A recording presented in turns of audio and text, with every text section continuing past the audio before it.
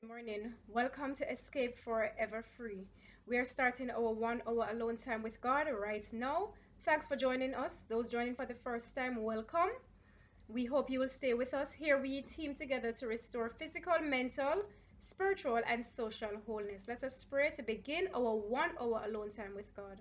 Father, we thank you for another day. We pray, Father, as we continue with this part of the day into the next, all the way to sunset, that you'll be with us. As we come now to worship at your feet, we pray that you'll give us food because we're hungry, give us water because we're thirsty, and fill us with your spiritual blessings, making us fit and ready for your kingdom, which is soon to come. In Jesus' name, amen.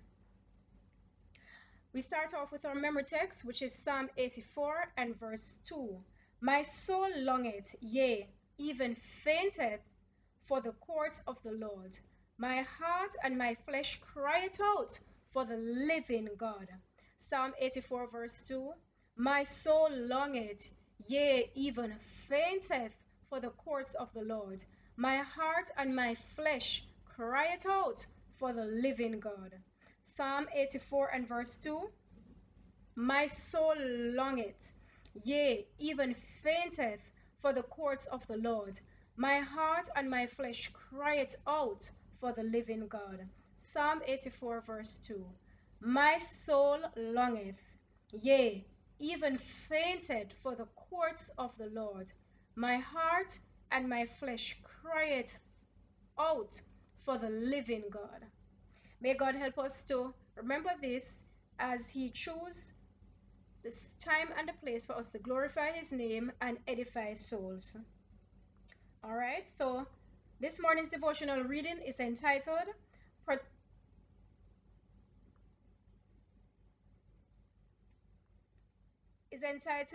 Two Great Classes of Christians.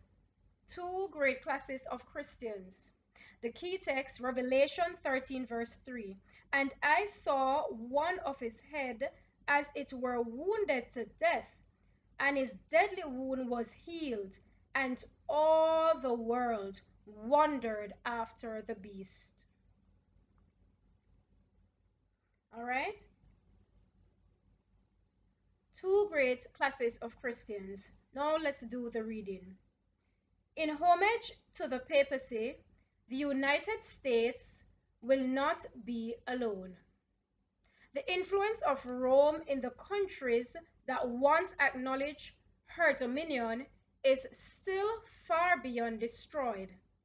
In the last conflict, the Sabbath will be the special point of controversy throughout all Christendom. Secular rulers and religious leaders will unite to enforce observance of the Sunday, and a milder measure and as milder measures fail, the most oppressive laws will be enacted. It will be urged that the few who stand in opposition to an institution of the church and a law of the land ought not to be tolerated. Romanism in the old world and apostate Protestantism in this new world will pursue a similar course towards those who honor the divine precepts. The so-called Christian world is to be the theater of great decisive actions. Men in authority will enact laws controlling the conscience after the example of the papacy. Babylon will make all nations drink the wine of her fornication. Revelation 18 verses 3 to 7 says, For all nations have drunk of the wine of the wrath of her fornication, and the kings of the earth have committed fornication with her, and the merchants of the earth are waxed rich through the abundance of her delicacies. And I heard another voice from heaven saying, Come out of her, my people, that ye be not partakers of her sins, and that ye receive not her plagues. For her sins have reached unto heaven, and God hath remembered her iniquities. Reward her even as she rewarded you, and double unto her, double according to her works. In the cup which she hath filled to her double, how much she hath glorified herself, and lived deliciously. So much torment and sorrow give her. For she saith in her heart, I sit a queen, and am no widow, and shall see no sorrow. Revelation 18, 3-7.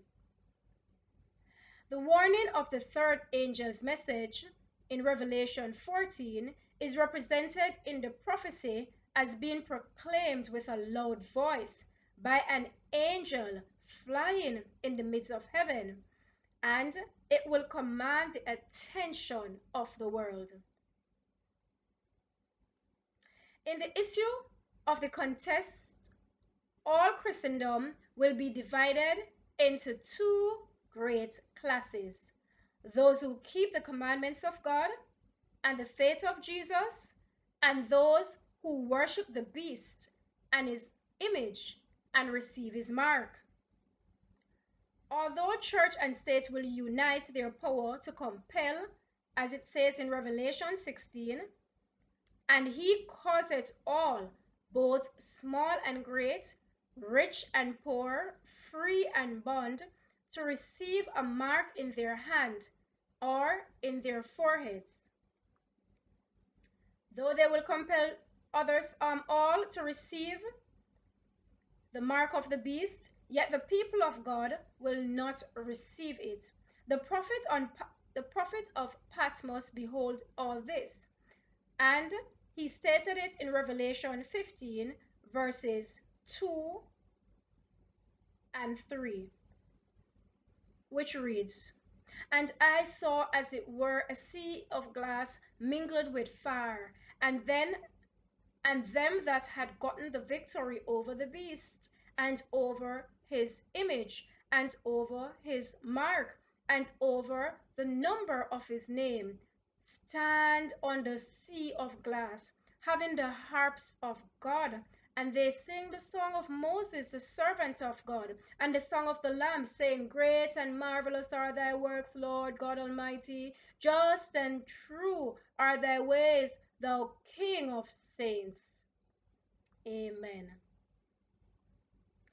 This morning's devotional, two great classes of Christians, speak to us about the grand finale as we get into the end of the controversy between good and evil here on earth.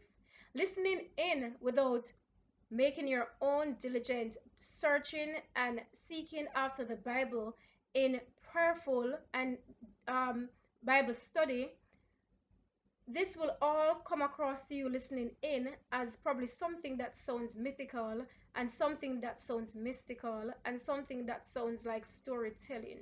But this indeed is written in the books of the prophets of the Bible, and it is an experience that will come to us in very relatively short order.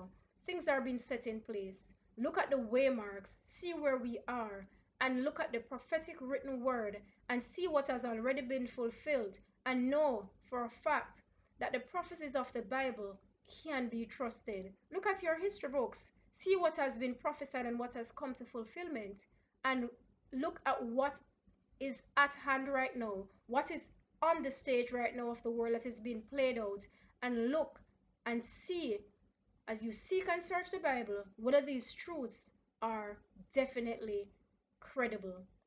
I beg and pray that you'll take the time out to seek and search these truths, so you will not be caught unaware or unprepared when these things of end time events shall start to come upon us. All right, we're going to go to our devotional song as we try to close off this moment.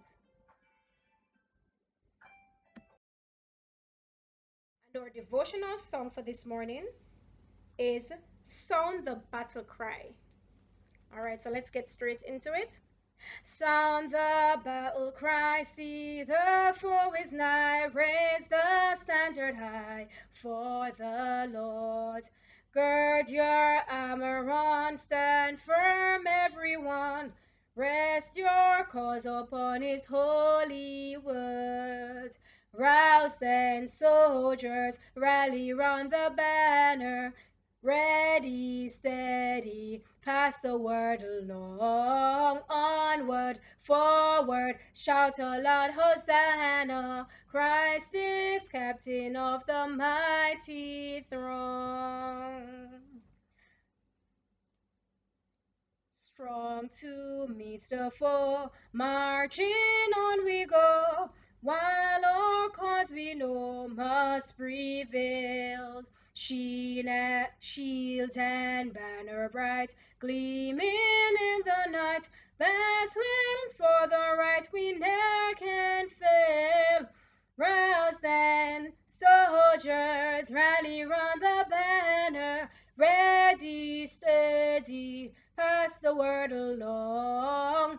Onward, forward, shout aloud, Hosanna! Christ is captain of the mighty throng. O the God of all, help us when we call. Hear us when we call, help us one and all by thy grace. When the battle's done and the victory's won, may we wear the crown before thy face. Rouse then, soldiers, rally round the banner, ready, steady, pass the words along. Onward, forward, shout aloud, Hosanna! Christ is captain of the mighty throng. Amen. Let us pray. Father, we thank you for your truth and your light this morning.